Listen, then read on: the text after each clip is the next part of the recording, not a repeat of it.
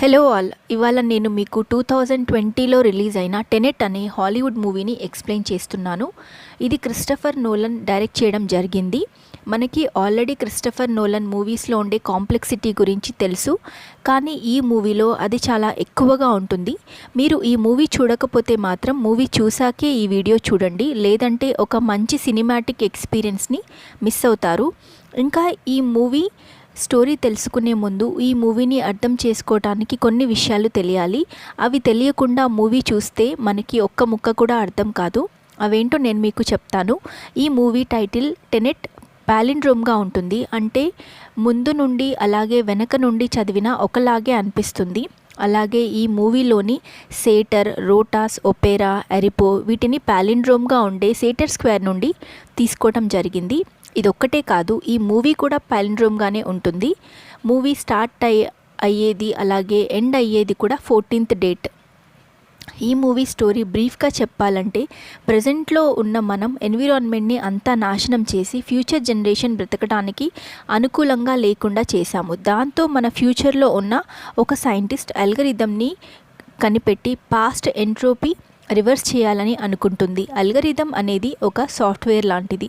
దీనివల్ల రిసోర్సెస్ పాడవకుండా future generation వాళ్ళకి అవైలబుల్గా ఉంటాయి. దీనివల్ల ప్రాబ్లం ఏంటంటే పాస్ట్లో ఉండే మనుషులు కూడా చనిపోతారు. దాంతో పాస్ట్ అనేది తుడుచుకుపోతుంది. ఇది ఆలోచించిన ఆ సైంటిస్ట్ ఆ అల్గరిథంని 9 భాగాలుగా చేసి పాస్ట్లో 9 డిఫరెంట్ ప్లేసెస్లో పంపిస్తుంది.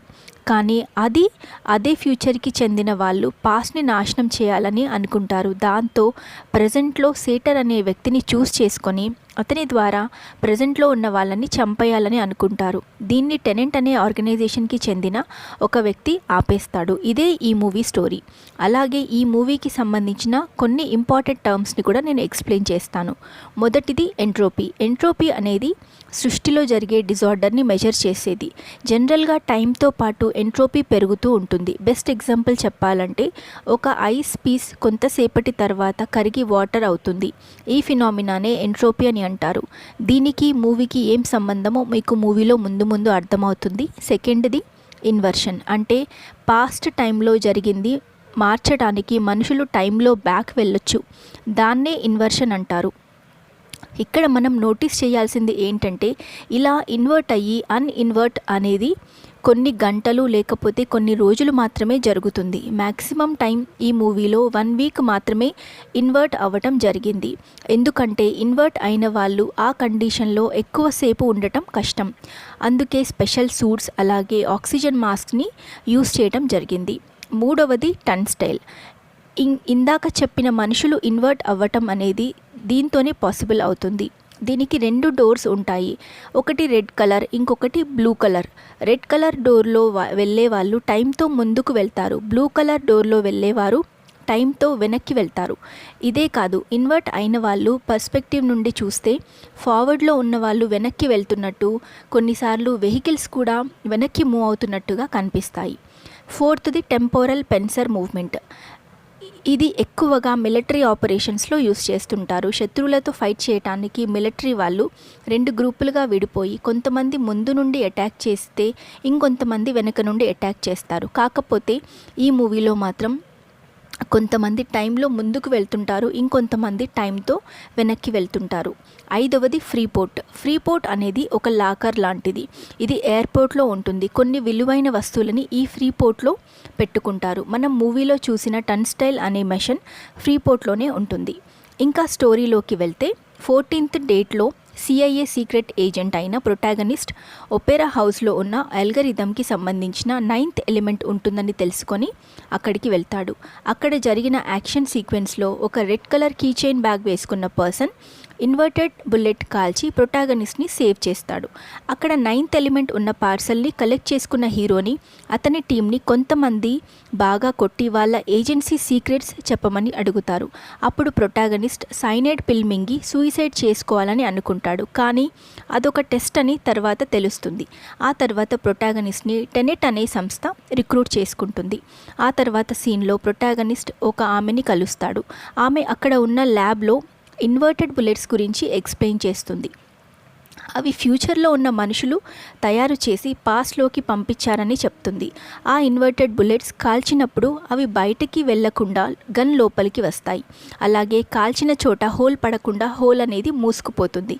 ఈ ఇన్వర్టెడ్ బుల్లెట్స్ ఎక్కడి నుంచి వచ్చాయో తెలుసుకోవటానికి ప్రొటాగనిస్ట్ ఆ గన్స్ అమ్మిన ముంబైలో ఉన్న సంజయ్ అనే వ్యక్తిని కలవటానికి బయలుదేరతాడు.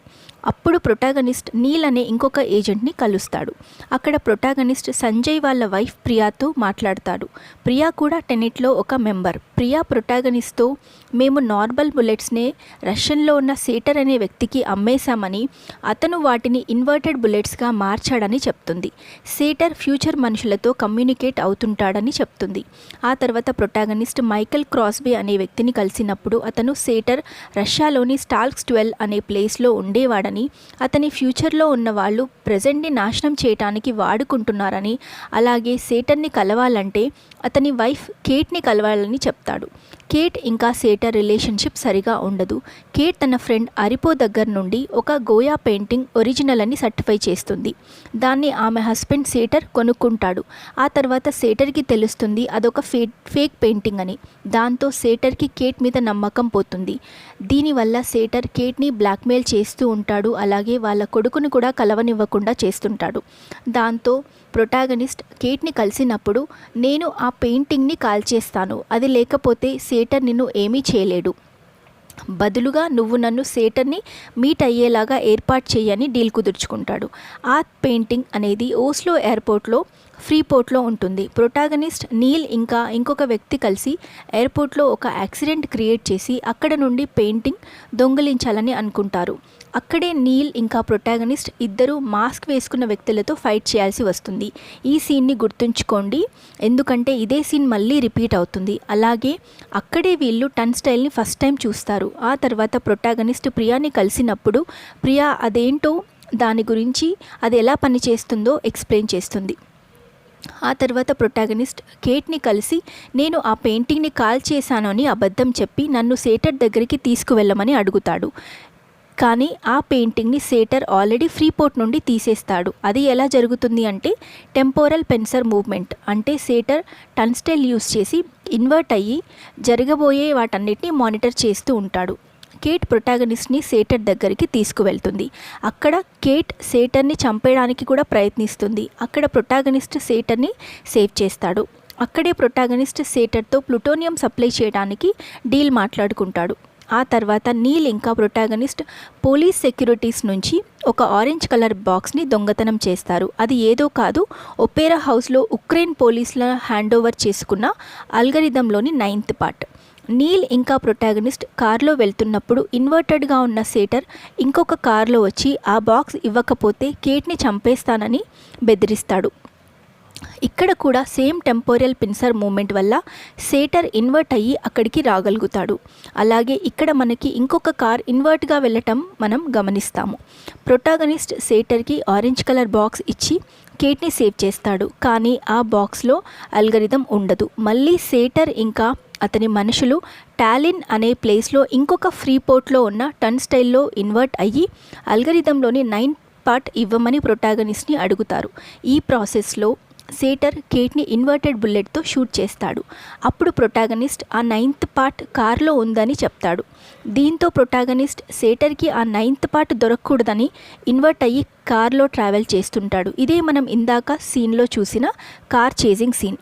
ఇక్కడే సేటర్ ప్రొటాగనిస్ట్ దగ్గర నుండి అల్గరిథం తీసుకుంటాడు. అలాగే ప్రొటాగనిస్ట్ కార్ని కూడా కాల్ చేస్తాడు. కానీ ప్రొటాగనిస్ట్ ఇన్వర్ట్గా ఉన్నాడు కాబట్టి అక్కడ మంటలు ఐస్గా మారిపోతాయి.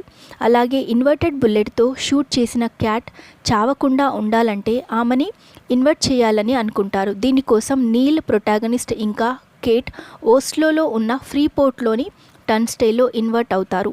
ఇక్కడే ఇందాక ఈ సీన్ మనం ఇంతకు ముందు కేట్ పెయింటింగ్ దొంగతనం చేసినప్పుడు మాస్క్ వేసుకున్న వాళ్ళు అని చెప్పాను కదా, వాళ్ళే ప్రొటాగనిస్ట్ ఇన్వర్టెడ్గా ఉన్నవాళ్ళు. ఆ తర్వాత అలా కేట్ని సేవ్ చేయడానికి నీల్ ఇంకా ప్రొటాగనిస్ట్ 1 వీక్ పాస్ట్లోకి వెళ్తారు.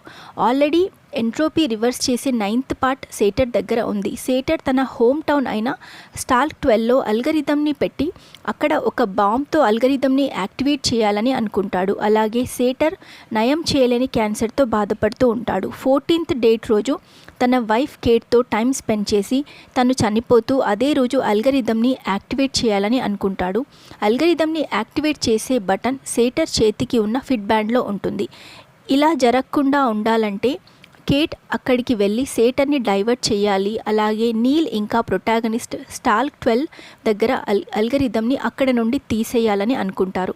దీంతో నీల్ ఇంకా ప్రొటాగనిస్ట్ 2 గ్రూపులుగా విడిపోయి టెంపోరల్ పిన్సర్ మూవ్మెంట్ని యూస్ చేసి అల్గరిథం అక్కడ నుండి తీసేస్తారు. అలాగే కేట్ సేటర్ని వియత్నాంలో 14th డేట్న చంపేస్తుంది. ఆ తర్వాత ఈవ్, నీల్ ఇంకా ప్రొటాగనిస్ట్ అల్గరిథంని 3 పార్ట్స్గా డివైడ్ చేసి ఒక్కొక్క పార్ట్ తీసుకొని ఎవరికి దొరకకుండా దాన్ని దాచేయాలని అనుకుంటారు.